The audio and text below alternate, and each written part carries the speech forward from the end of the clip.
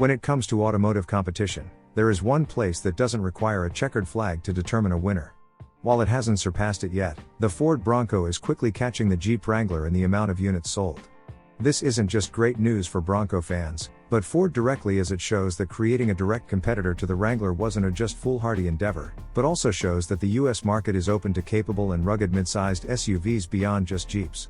While some fanboys were probably a little too enthusiastic about Ford's Wrangler fighter and expected a little too much right away, the long run is actually showing they were right.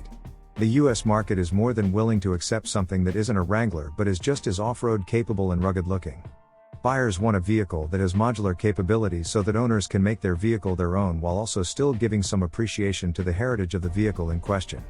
The biggest issue is just keeping up with the demand, and that is reflected in these numbers as well. As more Broncos were able to stay on dealer lots, less people were getting impatient and walking over to their Jeep dealer to buy a Wrangler. When we compare Q4 of 2021 to Q4 of 2022 with numbers from a report by Auto Forecast Solutions, we see this immediately. In the last quarter of 2021, the Jeep Wrangler sold 39,900 units while the Ford Bronco sold 24,819. Forward to 2022, and when production was finally starting to keep up with demand, the Bronco's sales not only increased by nearly 24%, but closed the gap between them to within 10.46%.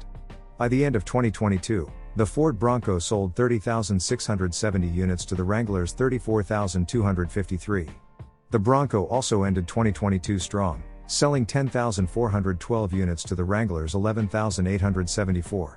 Now, looking at the start of 2023, it seems the Bronco will continue to gain on the Wrangler and show that 2022 wasn't a fluke. First, the Bronco's sales saw an increase over 2022, where it sold 8,101 units, to 10,170 units in January 2023, a 25.5% increase. In comparison, Wrangler sales have seen a 30% drop from 2022's numbers. According to the Detroit Free Press, the Wrangler only sold 10,173 units in January 2023, where it was able to sell 14,579 just the year prior. Stellantis doesn't directly report Jeep sales on a monthly basis.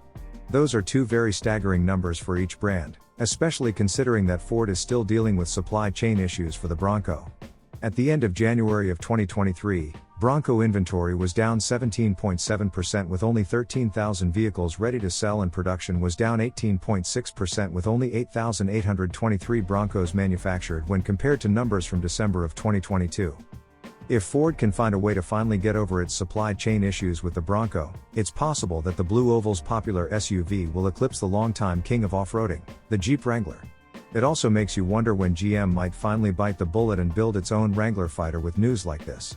They could be the first in this space with a full EV. There's still time.